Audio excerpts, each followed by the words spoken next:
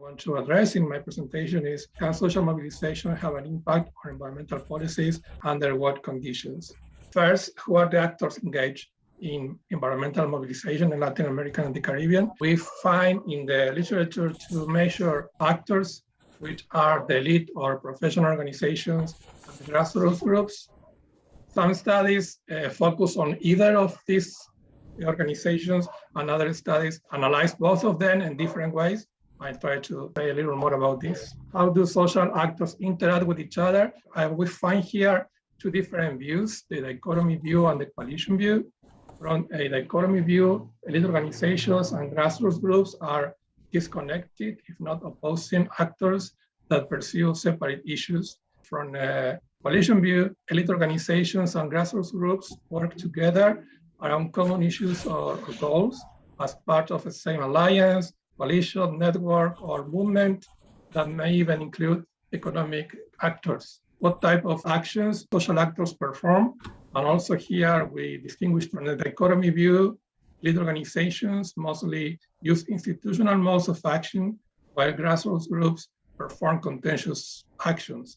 Instead, from a coalition view, both groups, grassroots groups and elite organizations, can combine contentious and traditional or institutionalized modes of actions as they form part of the same alliance or coalition or network.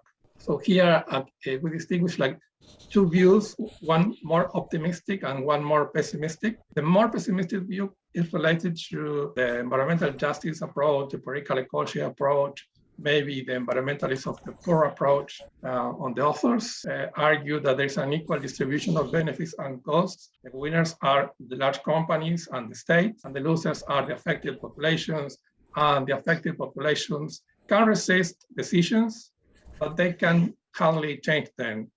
But there are some studies that show that affected populations can become winners. So they can become winners means that they can change the course of decisions, and they can, for instance, halt anti-mining projects or change the course of environmental policies in some areas. And this happens when broad coalitions are formed with diverse social actors, local producers, or small businesses and state actors. Based on this review, we can say that social mobilization can affect policymaking when three conditions are met. First, when the activity in question is still in the project stage or is not fully operating. Second, when that activity collides with economic activities entrenched in the local population and the mobilization against it is articulated with economic interests that could be affected by the proposed operation. Third, when the social actors manage to build a broad alliance with the participation of political actors and state actors that can become central to reverse previous decision.